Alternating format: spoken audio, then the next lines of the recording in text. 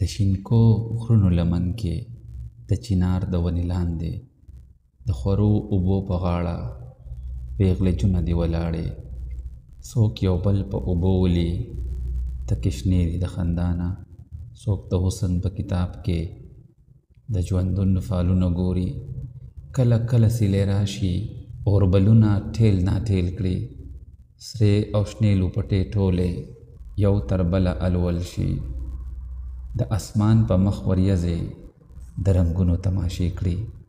ولې ته د پیغلو لرې د اوبو په غاړه ناسته په فکرونو کې یې ورکه. کله وګورې اسمان ته کله غرونو ته کتل کړې.